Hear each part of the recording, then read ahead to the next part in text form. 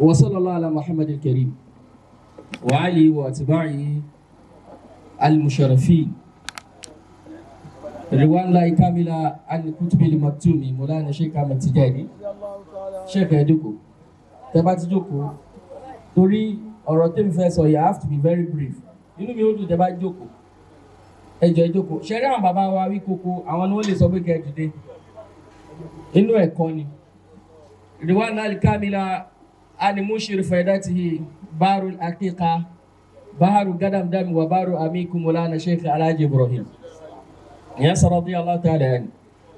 رضوان الله كامل الجد الأكبر أمير المسلمين مولانا شيخ عثمان أكابي الله نسي آمين ìjókòó yìí bàbá wa wí kókó I think I'm very correct ọ̀dọ̀ wọn ni màá gbà wọlé torí kò sásìkò bàbá sátá mẹ́rin tí Mọ̀lánà Ṣáàbù mi Tìjání fi kíra wọn yẹn ibẹ̀ mo fẹ́ gbà wọlé yẹn ní fi kí bàbá wakun fi Tìjání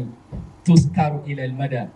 wa dhaka unwanu abidan mukhallada wa ma qultu qawli wa inni amiru kama qalami yaktubu biyadil khatir wa inni abdul mumin yurafu kama urifa Ahmad bi Tìjání nuyafu alayhi salatu llahi thumma salam ma'ali wa ashabi ala bi'ulahu bàbá Mọ̀lánà Ṣáàbù mi Tìjání àwọn ni ẹlẹ́gbẹ̀ẹ́jà sọ pé bẹ́ẹ̀ radiyallahu ta'ala anhu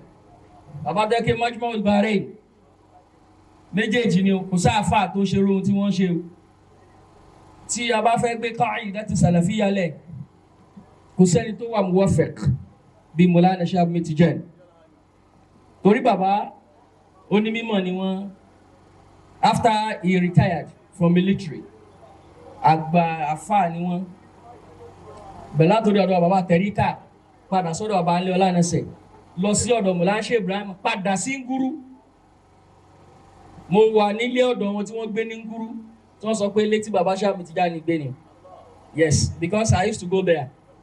máa lọ sí Ngúrú fún siyara Sheikh Ibrahim Asil Ma'arif radiyallahu ta'ala anhu mo kí bàbá wa wí kókó mo fi Mọ̀lánà Ṣáàbù Tìjání ṣẹ́rí bẹ́ẹ̀ ti sọ̀rọ̀ yẹn inú mi dùn gbogbo nǹkan mi change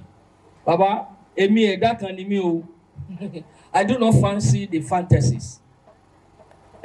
kíní kan àfáà rọgbà ara o it's not my problem èmi ti fẹ́ sọ fún àfáà pé mi ti ń lọ nìyẹn because téèyàn bá ti tínú yẹn bá ti dùn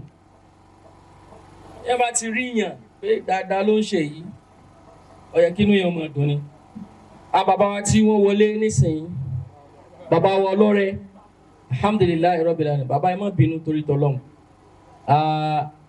simahum fi wujuhihim min athari sujud kìí ṣe kí wájú ṣe bákan ni wọ́n sọ yẹn ẹ̀yin bá ti rí yẹn lálàáfà àbí nǹkan kan tẹ́ bá ti rí albashasha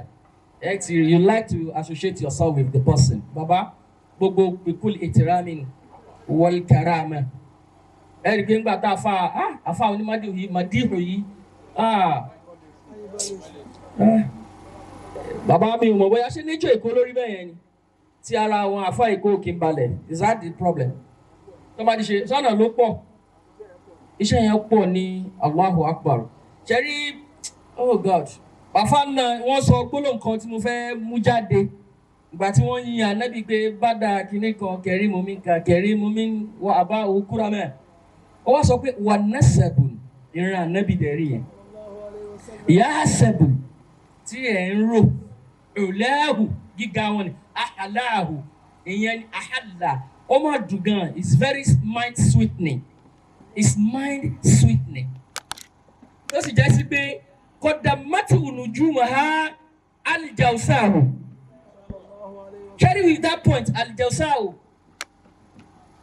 pẹ̀lú àlùbáríkà yín níkàlẹ̀ pé àwa ṣe mú mi mọ̀ ni I think it's very oceanic pé ká expatiate ẹ̀ torí jàusáhù kéèyàn onírà ò jàusá èyí tí wọ́n lànà bí lò náà nù tó bàbá ìrì yín àti kò ní ìdíkáṣẹ́ ìbèrè kébò lẹ́ ti ń bọ̀ iṣẹ́ tẹ́ ṣe tó irun dúdú fi di funfun àwa máa ń sọ fáwọn èèyàn béèyàn bá ní mọ́tò tó nílé láàfà ọlọ́run kádàrá pé yóò ní tí ò bá jà àfà náà máa ní business mi ò sí pẹ̀lú yẹn business tèmi ni pé níjọ́ tá a bá gẹ̀ẹ́tì ẹ̀ pé èéṣẹ́ ni ọlọ́run problem ni o àdẹ̀ní lè sọ padà pé èéṣẹ́ ni ọlọ́run I think you get it torí jọ́kan yá máa innama tubla sarahir kò ń ṣe ìta yìí nìkan ní kọ̀rọ̀ náà máa ń ṣe bẹ́ẹ̀ tí wọ́n sọ pé bó ṣe rí ni ọba olúwa wa naam ṣé ó ti fẹ́ kú ni tó bá kú kó kú alẹ́ dábì sọ̀rọ̀ má dálíkà lẹ́láì ìkádàrá ọlọ́run nìyẹn. ìkádàrá ọlọ́run nìyẹn. afa mi don't try it. ìkádàrá ọlọ́run ni. bàbá ní kádàrá ọlọ́run nu.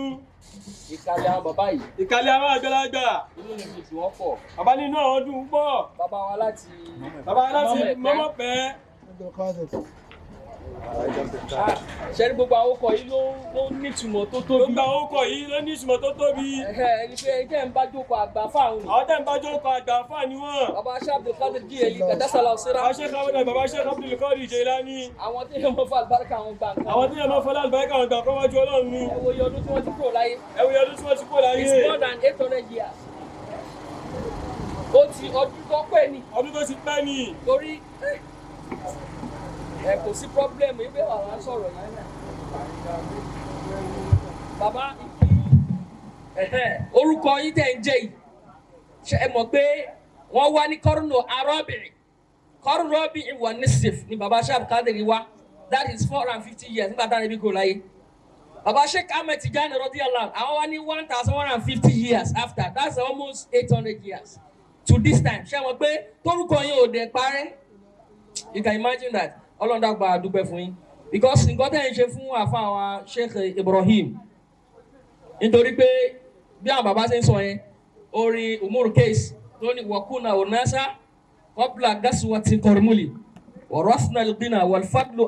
akbar mo ti kí ẹ̀yin báyẹn mo fi ìjókòó àwọn bàbá àwọn tẹ́yìn ṣe ló yà mí lẹ́nu wọ́n máa ń dákọ̀ yín bọ̀ tèmi ò mọ̀ wọ́n ẹ ti gẹ̀ẹ́tẹ̀ ọjọ́ kan wà tí mo ti wá sí sáìdì ibẹ̀ yẹn mo kàn wá náà ní ìmọ̀ pé sáìdì ibẹ̀ làwọn afá ń gbé mo kàn rí pósítà pé mo bá pe fóònù pé ṣé eré àyín ni bíbá yìí ni wọ́n níbẹ̀ ni ọjọ́ náà ọlọ́run kádàrá pé àríra àbí nǹkan ìgbà tí wọ́n yin ànábì sallallahu alaihi wasallam wọ́n ti ná nǹkan tí ó wú mi lórí àfá tí wọ́n ń ṣe mádòrò yẹn ó pọ́sibù ká àfá ọmọ tàmá láyé pé àwọn náà ra lẹ̀ o káwọn náà fẹ́ ṣe dáadáa o wọ́n nítorí pé ó yin ànábì ẹ̀ gbọ́ ṣẹ́ríhùn tẹ́ ṣe yẹn kò sí ikú fẹ́lẹ́ǹsẹ̀ nínú ìmọ̀ àwọn bàbá lójókòó yìí àwọn kan bẹ tó ń pè ní mubashiruna bil janna àwọn mẹ́wàá ni àwọn kan ti dìde nísìnyí wọ́n ní kò sí mubashiruna bil janna mẹ́wàá ó wà ṣe rí masahalatun ilmiyan kò ṣe àkídà gbogbo tó wá jẹ́ masalatu fikiyya ilmiya eléyẹn ń kálukú bí mọ̀ yẹn bá ṣe kẹnu sí náà bẹ́ẹ̀ yẹn bá ṣe rí tírasì you see a lot of things there baba náà ní ọ̀tọ̀ ọ̀rọ̀ tá a mọ́ra mujallad mẹ́fà mi nǹkan jọ tí mo dé Morocco 25 mujallad ni 25 mujallad baba ní ká mọ sọ̀rọ̀ kéw 25 mujallad gbogbo lọ jẹ́ mujalladat mọ́ ẹ̀yin lẹ́ni ká mọ sọ̀rọ̀ kéw náà mashallah 25 ni wọ́n ká wọ́n ẹ mọ gbọ́ bí tí mo fẹ́ mú yọ́ mẹ́yẹn o ṣe rí àfa tó kọ tírà yìí gbogbo àwọn hadithun wọ́n á gbanigbọ̀ pé lásìhù mìíràn dúlà áì bó ṣe mọ hadith tóun wọn ò tún gbà pé wà dọ̀lẹ́ yìí so that's all wọ́n sọ bẹ́ẹ̀ fún àgbà àfa Arabi Sheikh Arabi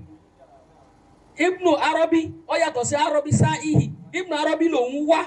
qabla suhuru Ibnu Taymiyyah wọ́n ní tírà ẹ̀ka ṣáàfù rẹ̀ Ibnu Taymiyyah make recommendation pé kí wọ́n máa rí wọ́n máa ní ó ní pé fa inna tafasira fi duna bila adad wa laysa ahadin mithla kashafi isa rumtal huda ẹni bá ń fẹ́ ìmọ̀nà fa akhtari ẹmu òun ní kẹ́ mọ́ ká aljalu kadai wal kashafu kashafi bá a fa náà ṣe tóbi tó yẹn wọ́n tún ní ṣẹ́wọ̀n pé masalatun ilmiya ni wọ́n ní gbogbo hadith náà fa lómẹ̀ mọ̀ọ́dún òní yàrá sí ẹ̀ bá katira kashaf tafsir kashaf ọ̀gá nínú àwọn tafsir níbi tí mo fẹ́ lọ gbogbo àwọn afá mi ni wọ́n wà ní ìkàlẹ̀ yìí wallahi al-azim mi ò ní nǹkan tó ṣe tìfà tó ní muwafaq sí pẹ̀lú gbogbo àpọ́nlé dá ẹ̀ ṣe fún wa